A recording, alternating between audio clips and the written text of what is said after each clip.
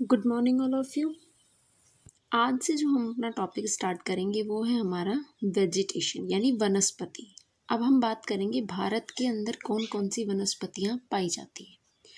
देखो, सबसे पहले जो हमने बात करी थी अपने कि क्या बात करी थी कि हमारा फिजिकल डिवीज़न, जो फिजियोग्राफिक जो डिवीज़न था हमारा, उसके बारे में हमने पढ़ा। फिर हमने ड्रेनेज सिस्टम को पढ़ा पूरा। ठीक है, ये सारी चीज़ें जो हैं वो आपस में एक दूसरे से जुड़ती जा रही हैं। ये चीज़ आप लोग भी इस टॉपिक वाइज समझते जा रहे होंगे कि जो हमारा फिजिकल डिवीज़न था जिसमें हमने बहुत सारी चीज़ें देखी थी, फिर वो ड्रेनेज सिस्टम में भी जुड़ी, फिर उसके बाद में जलवायु में भी, क्लाइमेट के अंदर भी उसका जो है एक तरीके से उसमें जुड़ा हुआ उसके भी कुछ पॉइंट्स थे जो उसके अंदर डिस्कस हो रहे थे। फिर हमने मृदा की बात की। नेक्स्ट जो हमारा टॉपिक आता है वो है वनस्पति। वनस्पति से मतलब क्या समझते हैं आप? वनस्पति वो पेड़ पौधे होते हैं जो प्रकृति के अंदर अपने आप उगते हैं और अपने आप को उस जलवायु या फिर उस जो एनवायरनमेंट है उस वातावरण के अनुसार अपने आप को ढालकर अपना जो है समायोजन वो करते हैं। देखिए, जैसे कि आप लोगों ने देखा होगा नीम, शीशम, ये जितने भी पेड़ होते हैं बड़े बड़े, जो भी बरगद हो गया, ये सब कोई उगाता थोड़ी है। आप लोग उगाते हैं क्या? नहीं उगाते हैं। ठीक, जंगल है उसमें कोई पेड़ उगाने जाता है क्या? नहीं। ये वनस्पतियां हैं जो प्रकृति द्वारा खुद से उगती हैं। और जो प्रकृति द्वारा जो ये वनस्पतियां उगती हैं और फिर वनस्पति का जो वातावरण है उसके साथ में किस प्रकार से वो अपने आप को समायोजित करती है। बहुत सारे पेड़ होते हैं जो समायोजित नहीं कर पाते तो जल जाते हैं, मतलब खत्म हो जाते हैं। और बहुत पेड़ होते हैं जो क्या करते हैं, उस वातावरण के अनुसार अपने आप को ढाल लेते हैं और उसी के अनुसार अपना विकास करते हैं।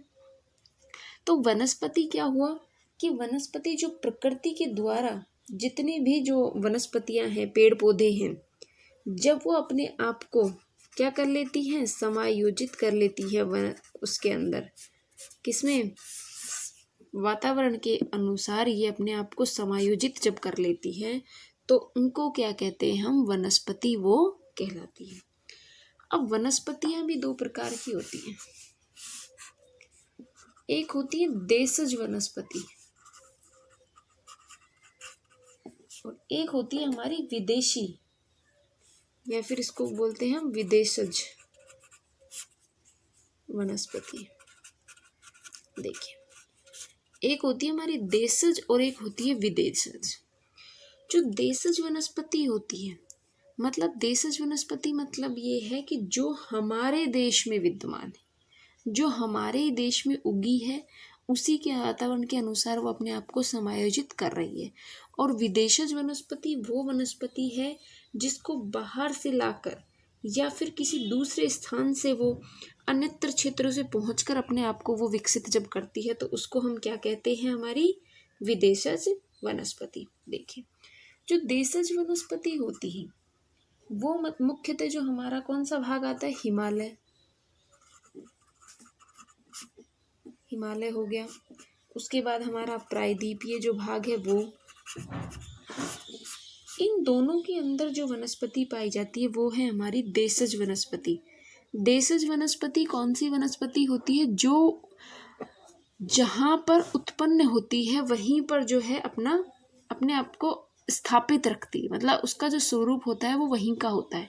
जैसे मान लीजिए कि जो हिमालय और जो प्रायद्वीपीय जो भाग के जितने भी वनस्पति मिलती है यहाँ पर, वो सारी की सारी वर्तमान जो पहले जब से इसका उद्गम हुआ है तब से अब तक की जो भी जो पेड़ हैं वो यहाँ के ही हैं, मतलब कहीं से भी बाहर से लाकर वो नहीं लगाए गए हैं। तो उस वनस्पति को हम कहते हैं देशज वनस्पति। और विदेशज वनस्पति मतलब एक स्थान से दूसरे स्थान पर जब लाकर हम पेड़ लगाते हैं तो वो हमारी विदेशज वनस्पति के नाम से जानी जाती है। जैसे देखिए, जो विदेशज वनस्पति होती है ये सबसे ज़्यादा मिलती है गंगा के मैदान के अंदर, गंगा का मैदान। और हमारा कौन सा है, मरुस्थलीय क्षेत्र। गंगा के मैदान और मरुस्थलीय क्षेत्र के अंदर हमारी कौन सी वनस्पति मिलती है? विदेशज वनस्पति पाई जाती है। देखिए, अब जो इसमें हम बात करें कि जो देशज वनस्पति है वो पूरे भारत में 60% भाग पर फैली हुई है, ठीक। और जो प्रायद्वीपीय क्षेत्र के अंतर्गत सर्वाधिक, प्रायद्वीपीय भाग के अंदर तो सर्वाधिक देशज वनस्पति मिलती है और हिमालय जो है वो दूसरे नंबर पर आता है। तो इतनी चीज समझ में आई, देशज वनस्पति और विदेशज वनस्पति। वनस्पति जो क्या होती है, जब कोई प्रकृति के द्वारा जो भी पेड़ पौधे हैं वो जो वातावरण में अपने आप को समायोजित कर लेते हैं तो वो वनस्पति कहलाती है। वनस्पति दो प्रकार की होती है, देशज और विदेशज। देशज वनस्पति के अंदर क्या है, देशज की जो जहाँ पे उसका उद्गम हुआ वहीं पर वो आज वर्तमान में विद्यमान है, तो वो हमारी देशज, यानी कि देशज मतलब अपने देश की, अपनी खुद की। मान लीजिए कि आपने एक पेड़ लगाया, अब वो आपका देशज वनस्पति है, देशज पेड़ हो गया ना। और जो विदेशज होती है कि मान लीजिए कि कोई पेड़ था जो आप बाहर से लेकर आए, और फिर एक देशज वो होती है जो आप बीज से बनाते हैं, और विदेशज होती है जो आप बाहर से पेड़ पौधे खरीद के लाते हैं, वो हमारी विदेशज वनस्पति कहलाती है। हम नहीं लाते हैं कि ये कौन कौन से अलग अलग कलर के गुलाब के फूलों के पेड़ और ये सब जो लाते हैं, ये सारे विदेशी तो हैं। तो देशज वनस्पति सबसे ज़्यादा प्रायद्वीपीय भाग में, उसके बाद हिमालय वाले भाग में पाई जाती है, और भारत में ये 60% भाग पर पाई जाती है। जो विदेशज वनस्पति होती है वो सबसे ज़्यादा गंगा के मैदान में, फिर मरुस्थलीय क्षेत्र के अंदर इसका विस्तार पाया जाता है।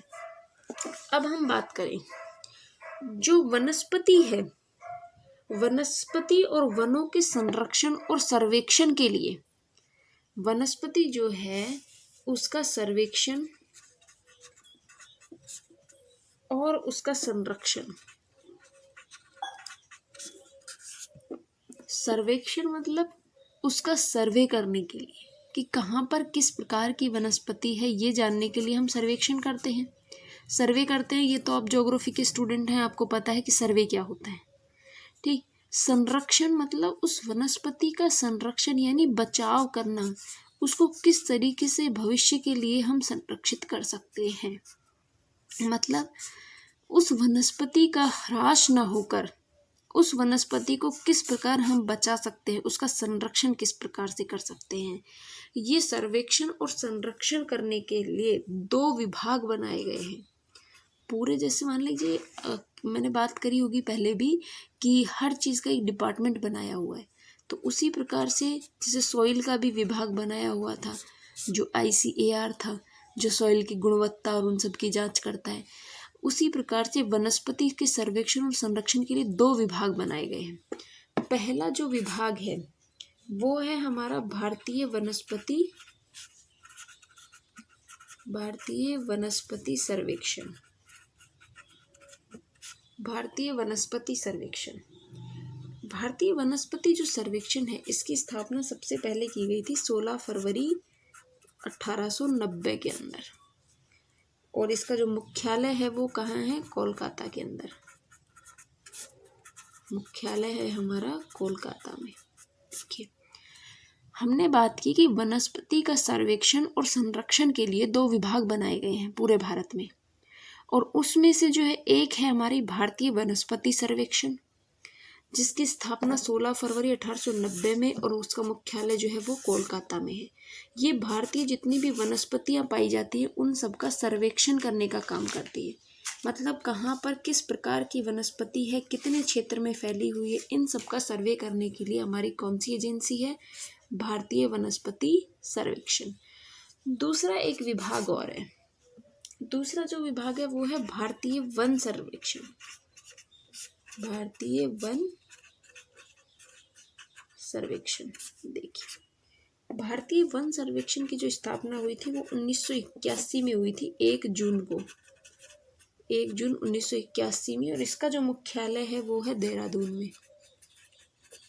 मुख्यालय कहाँ है इसका, देहरादून में है। देखिए, वनस्पति का जो सर्वेक्षण किया जाता है वो 2 विभाग के द्वारा किया जाता है। एक है भारतीय वनस्पति सर्वेक्षण, जो वनस्पति कौन कौन सी वनस्पति पाई जाती है, कहाँ कहाँ कैसी वनस्पतियाँ हैं, उनके बारे में पता करती है भारतीय वनस्पति सर्वेक्षण। इसकी स्थापना 16 फरवरी 1890 को हुई, मुख्यालय है कोलकाता के अंदर। वही दूसरा जो है भारतीय वन सर्वेक्षण है, जिसकी स्थापना हुई 1981 में, 1 जून 1981 को, और इसका मुख्यालय है देहरादून में। ठीक है, इतनी चीज समझ में आई। आप लोग देखते होंगे कि भारत में कितने प्रतिशत वन है, कहाँ पर कितने वन पाए जाते हैं, ये सब डेटा हमारे पास आता कहाँ से है? वो भारतीय वन सर्वेक्षण के द्वारा किया जाता है, और हर 2 साल बाद उसका एक डेटा, 2 वर्ष के अंदर जो है वनस्पति का सर्वेक्षण किया जाता है और उसके डेटा की एक रिपोर्ट आती है। ठीक है, जो वन रिपोर्ट हमारी आती है वो हर 2 साल में हमारे यहाँ पर प्राप्त हमें होती है। पहली जो हमारी राष्ट्रीय वन नीति बनी थी, अब देखिए हमने विभाग की बात कर ली और इसकी जो वनस्पति के प्रकार थे उनकी बात कर ली, देशज वनस्पति और विदेशज। अब इसी के अंदर हम बात करते हैं हमारी प्रथम जो राष्ट्रीय वन नीति आई, प्रथम राष्ट्रीय वन नीति। प्रथम राष्ट्रीय वन नीति की स्थापना की थी 1894 में इसकी स्थापना की गई। राष्ट्रीय वन नीति का मतलब ये होता है कि जितनी भी वन से संबंधित जितनी भी नीतियां बनाई जाती हैं उन सबको सबसे पहले यहाँ 1894 के अंदर लागू किया गया। फिर स्वतंत्रता के, अभी तो हम क्या हैं, 1894 में हम स्वतंत्र थोड़ी हैं, अभी तो अंग्रेजों का शासन चल रहा है ना यहाँ पर।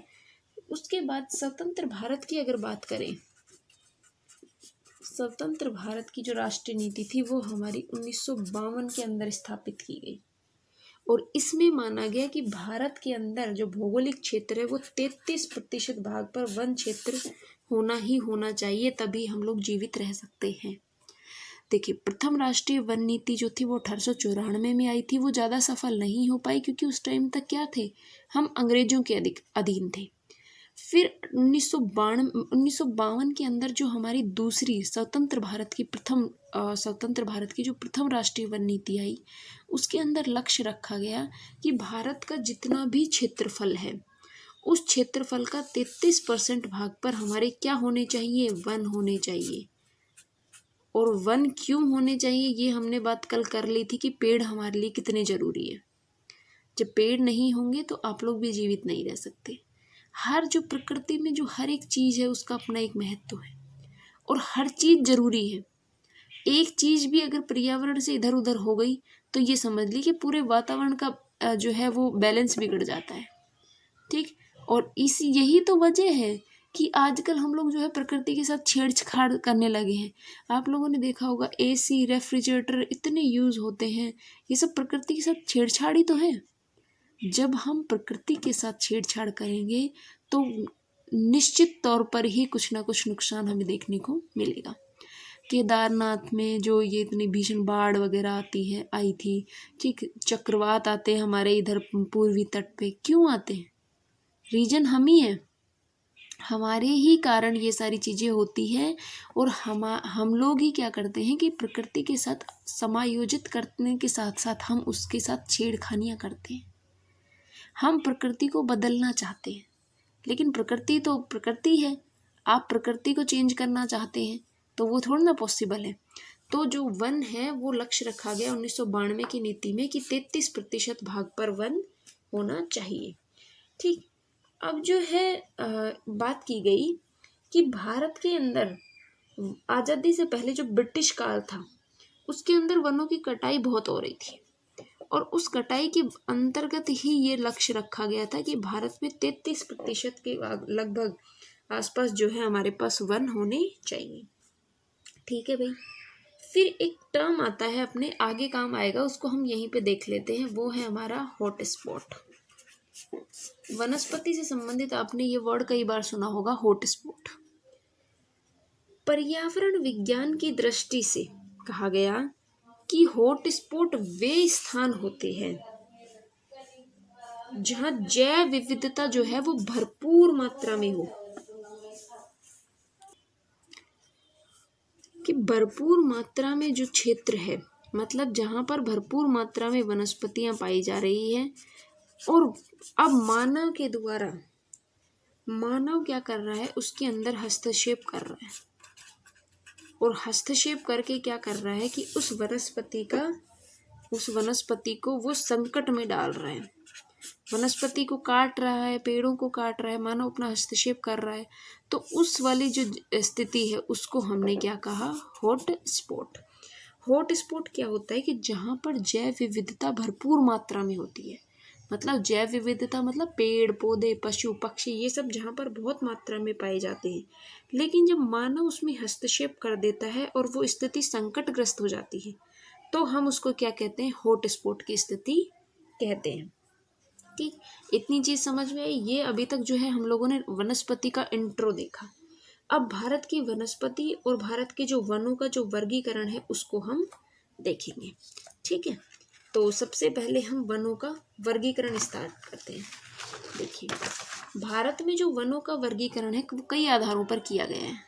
भारत में जैसे मान लीजिए कि वनों का जो प्रकार है, वनों के प्रकार तो हम नहीं कहेंगे, वनों का जो वर्गीकरण है 3 आधारों पर किया गया है। ये आप लोगों ने छोटी क्लासेस में जरूर पढ़ा होगा। वनों का वर्गीकरण सबसे पहले एक है हमारा कौन सा, प्रशासनिक आधार पर। प्रशासनिक आधार पर, प्रशासनिक आधार पर अगर हम बात करें तो आप लोगों ने नाम सुना होगा रिजर्व वन, दूसरा हमारे प्रोटेक्टेड वन और तीसरा जो है हमारे अवर्गीकृत। ठीक, 3 जो है हमारे प्रशासनिक आधार पर हमारे आते हैं। वनों के वर्गीकरण में सबसे पहला वर्गीकरण आता है प्रशासनिक आधार पर वर्गीकरण। इसमें सबसे पहले अगर हम बात करें रिजर्व वन, दूसरा है हमारा प्रोटेक्टेड वन, तीसरा है अवर्गीकृत वन। प्रशासनिक वन क्या है? 1927 में अंग्रेजों द्वारा वन अधिनियम बनाया गया। 1927 में अंग्रेजों के द्वारा कुछ अधिनियम बनाए गए, वो उसके आधार पर जो वनों का वर्गीकरण किया गया वो हमारा प्रशासनिक आधार पर होता है। इसमें सबसे पहले जो आता है हमारा रिजर्व वन। रिजर्व वन वो वन होते हैं जो पूर्ण संरक्षण लिए हुए थे। पूर्ण संरक्षण। देखिए, रिजर्व वन के अंदर उस प्रकार के वन आते हैं जहाँ पर कोई नहीं जाएगा, मतलब वो वन रिजर्व होते हैं। वनों के अंदर भी तो ये होता है ना कि कुछ, जैसे मान लीजिए ये पूरा एक क्षेत्र है जहाँ पर वन है, तो जो ये वाला क्षेत्र है इसको रिजर्व कर दिया, इसके अंदर जो है पूर्ण संरक्षण की बात की गई है। पूर्ण संरक्षण जो लिया गया है, मान लीजिए कि जैसे देखिए ये जो क्षेत्र है बीच वाला, यहाँ पर पूर्ण संरक्षण मतलब जैसे आप लोगों ने सुना होगा बाघ संरक्षण किया जा रहा है, जीव जंतुओं को इनका संरक्षण जो किया जा रहा है वो इन्हीं के आधार पर होता है। जो रिजर्व वन है उनके अंदर पूर्ण संरक्षण की बात की जाती है और इसमें जो है भारत का लगभग 55.12% क्षेत्र इसके अंदर वन क्षेत्र इसमें आता है। कितना? 55.12% वन क्षेत्र इसमें आता है। दूसरा हमारे आते हैं प्रोटेक्टेड वन। प्रोटेक्टेड वन जो है वो भारतीय वन अधिनियम के तहत आते हैं और इसमें जो है मानव हस्तक्षेप को छूट दी जाती है। ये वाला क्षेत्र होता है प्रोटेक्टेड वन, कि जहाँ पर मानव जा सकता है, मानव का हस्तक्षेप हो सकता है।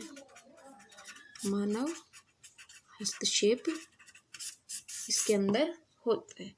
मानव हस्तक्षेप की विशेष छूट होती है, मतलब किसी विशेष कारणों से उसमें छूट दी जाती है, किसमें? मानव हस्तक्षेप की। और इसके अंदर अगर हम देखें तो भारत का 27.85% भाग इसके अंदर आता है। 27.85% भाग इसके अंदर हम देखते हैं। जो रिजर्व वन है वो हमारा पूर्ण संरक्षण वाला क्षेत्र होता है, जिसमें 55.12% मतलब रिजर्व वन में कोई नहीं जा सकता, मानव का हस्तक्षेप बिल्कुल नहीं होता। प्रोटेक्टेड वन वो वन होते हैं जहाँ पर मानव को थोड़ी छूट दी जाती है कि वो विशेष कारणों से यहाँ पर जा सकता है, और इसके अंदर भारत का 27.85% क्षेत्र इसमें आता है। तीसरा जो है अवर्गीकृत वन, ये जो होता है, ये लास्ट वाला जो हमारा ये जोन होता है, इसके अंदर अवर्गीकृत वन आते हैं। ये बिखरे वृक्षों के रूप में होते हैं, वृक्ष बिखरे हुए वनों के रूप में होते हैं, और इसमें भारत के लगभग 17.2% भाग पर इस प्रकार के वन पाए जाते हैं। देखिए, वनों का जो वर्गीकरण किया गया, प्रशासनिक आधार पर जो वर्गीकरण किया गया, वो 1927 में जो अंग्रेजों ने वन नीति दी थी, वन अधिनियम दिया था, उसके आधार पर इसका विभाजन किया गया। रिजर्व वन, प्रोटेक्टेड और अवर्गीकृत। रिजर्व वन वो वन होते हैं जहाँ पर मानव का हस्तक्षेप बिल्कुल नहीं होता, जो पूर्ण संरक्षण में होता है, जो भारत के 55.12% क्षेत्रफल पर पाया जाता है। प्रोटेक्टेड वन वो वन है जहाँ पर मानव हस्तक्षेप को थोड़ी छूट दी जाती है कुछ विशेष कारणों से। इसमें भारत का 27.85% क्षेत्र आता है। फिर आता है हमारा अवर्गीकृत वन। अवर्गीकृत वन के अंदर जो है हमारे बिखरे हुए रूप में वनों का पाया जाना होता है। इसके अंदर 17.2% भाग पर ये पूरे में फैला हुआ है। नेक्स्ट जो इसमें आता है, एक और डिवीजन इसमें आएगा, वो है हमारा सरकारी स्वामित्व के आधार पर। अभी तक हमने किसके आधार पर पढ़ा था, हमारा कौन सा चल रहा था, प्रशासनिक आधार पर। दूसरा जो हमारा आता है वो आता है सरकारी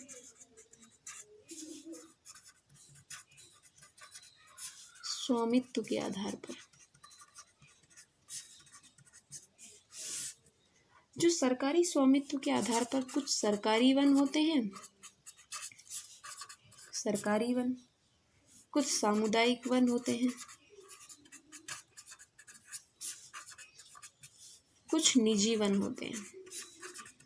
देखिए, सरकारी स्वामित्व के आधार पर अगर बात करें तो कुछ सरकारी वन, कुछ सामुदायिक और कुछ निजी वन होते हैं।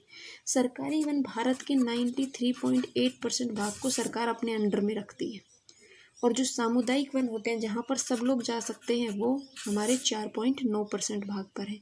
और निजी वनों की अगर बात करें तो 1.3% भाग ऐसे हैं जहाँ पर निजी वन पाए जाते हैं, जिस पर किसी एक विशेष व्यक्ति का अधिकार होता है। जैसे सरकारी स्वामित्व के आधार पर अगर बात करें तो 3 प्रकार के वन होते हैं, सरकारी, सामुदायिक और निजी। सरकारी वन जिसमें सरकार का अधिकार होता है, सामुदायिक जिसमें सब लोग जा सकते हैं, सब लोगों का अधिकार समान रूप से माना गया है। जो सरकारी वन होते हैं इसमें सरकार रोक टोक कर सकती है, मतलब सरकार चाहे तो उसमें आना जाना हो सकता है, ना चाहे तो वो नहीं कर सकती, उसको बंद कर सकती है। निजी वन जो किसी व्यक्ति विशेष का होता है वो होता है निजी वन, जिसमें 1.3% भाग पर पाया जाता है। ठीक, अब जो एक हमारा जो मेन बच गया है वो हमारा भौगोलिक आधार पर वर्गीकरण बच गया है, जो हम नेक्स्ट क्लास में देखेंगे। ठीक है, आज के लिए बस इतना ही, इतनी चीज़ें आप लोग अच्छे से पढ़ना। ठीक है, अभी तक हमने 2 वर्गीकरण देखे, एक तो प्रशासनिक आधार पर, एक सरकारी स्वामित्व के आधार पर। ठीक, बाकी की बातें हम कल की क्लास में करेंगे। धन्यवाद।